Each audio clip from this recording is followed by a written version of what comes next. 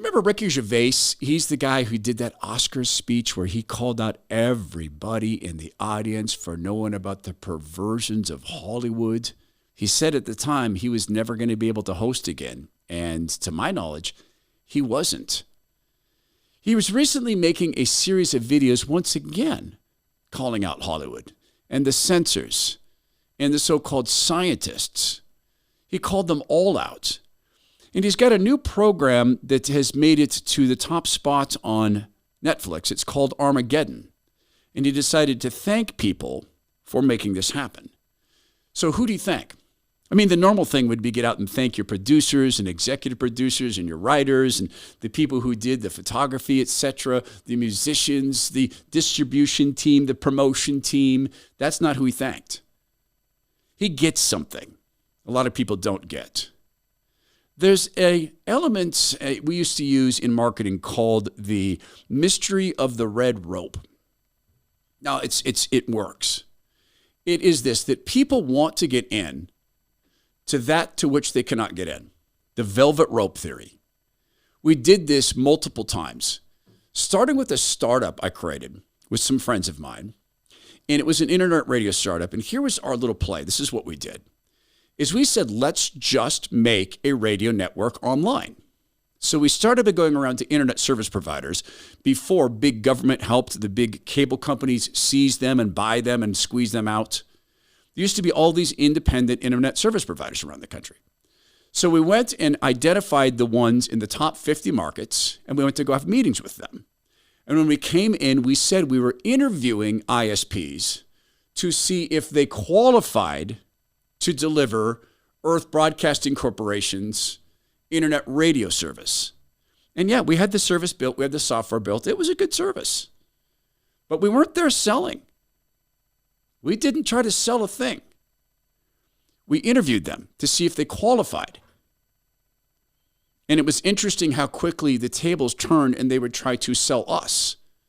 Often we'd be driving away and they would call us, hey, one thing we forgot to tell you in our favor. Now, we were just a startup. We were on seed funding. We hadn't even gotten our venture capital round yet.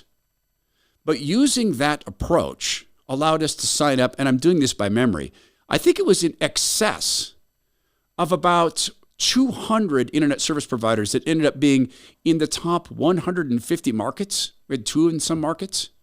That series of contracts is what led to us getting audience with venture capitalists, that and a cleverly packaged business plan, which had a metal cover to it. My former brother-in-law came up with that idea, an actual titanium cover. And you opened it and the first page said, the cover got your attention. We hope you'll read the actual plan. It's the velvet rope theory. Gervais gets this in relation to content. And this is why he had a specific group of people to thank for Armageddon getting to the top of Netflix. Even after a petition was signed and it was removed from Netflix. Even then he thanked these people. Removed from the top, gone, and now it's what? It's one of the most watched specials in the world. From the top of Netflix to a petition to remove it to one of the most watched specials in the world. So who did Ricky Gervais thank? He thanked the right people. I'll tell you about that in a second. Sometimes you can tell the right people by how they treat others. People who can't do anything for them. The people who run Native Path Krill, they run the Native Path Company. They make a series of supplements I take. I take their collagen, and sitting over there in my bottle is their Native Path Hydrate product. They learned that my dear friend, Tim Cruikshank, retired Navy SEAL, was on our program. We were talking about the death of his dear, dear, beloved, godly wife, Liz. And what he learned in that process, what he learned about the American medical system, what he learned about where you get actual health care, and what he learned about being a team guy in the wake of his wife's death, as other team guys from around the world came and once again had Tim 6. So as we talked about this, I did what I'm doing now. I mentioned Native Path Krill. This is an omega-3 that is from the waters of the Antarctic. It is wildly more absorbable than fish oil. It doesn't have a fishy aftertaste because krill is, in fact, not a fish. It's a crustacean. And the wildly more absorbable omega-3s convinced me to try it. and I no longer take ibuprofen. Ibuprofen is, well, it masks symptoms, but man, it's a poison. Destroys your liver, destroys your gut, which causes inflammation. Tim, who is a physician's assistant, had been a medic attached to the SEAL teams. Tim heard me say that and said, I destroyed my body in the teams all those years. I need that. Guys, Native Path Krill Company heard Tim say that, and they sent him a year's supply because they chose to. They didn't ask for the attention. I'm giving it to them. You can try this product. If you're taking any ibuprofen, get off it. It is causing inflammation. It's not stopping it. Go to nativepathkrill.com/Todd. You can get his bottles for as low as $19. That's nativepathkrill.com/Todd. People have become insecure in their beliefs because the things on which they can count don't exist anymore. For many people, they've left the church, so they can't even count on the Word of God. Well, they can, but they won't. Or it's not malleable enough for them because their feelings tell them, no, I want this thing very, very badly, and God says I can't have it, so God must be wrong. Of course, the institution's falling apart, so they can't trust that. So there's this insecurity. So things like that cause people sometimes to want to laugh because it's funny, and then should I be laughing? But there's also this. Gervais does not bow to the pressures to pretend to be someone else. Oh, sure, when he's acting, absolutely. I used to play this role, and I was doing talk radio in Salt Lake City back in the day, and it was a far different program than I do now. But I had a thing called Mean Thoughts. Do you remember Deep Thoughts with Jack Handy? Al Franken did that. And I had a role I played, and it was Mean Thoughts. One of my bits was this.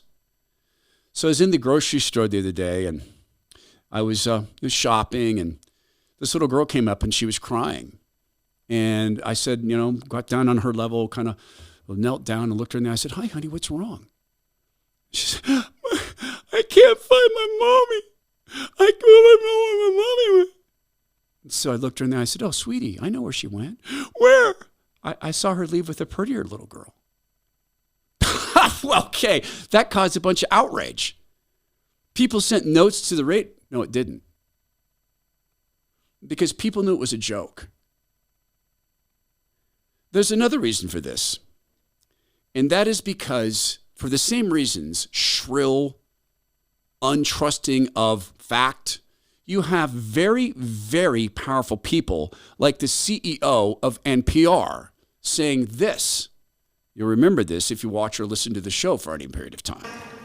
I think our reverence for the truth might have become a bit of a distraction that is preventing us from finding consensus and getting important things done. Her name, of course, is Catherine Mayer. Our reverence for the truth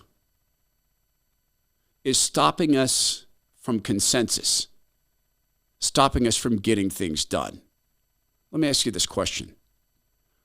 What thing worth getting done is worth becoming the lie? Because that's what happens. People who objected to Ricky Gervais acting are the same people who object to the truth. There's one thing about the truth. It's not pretending. God doesn't act. He simply speaks truth, whether we like it or not. It doesn't change. It can't. And thank God it won't.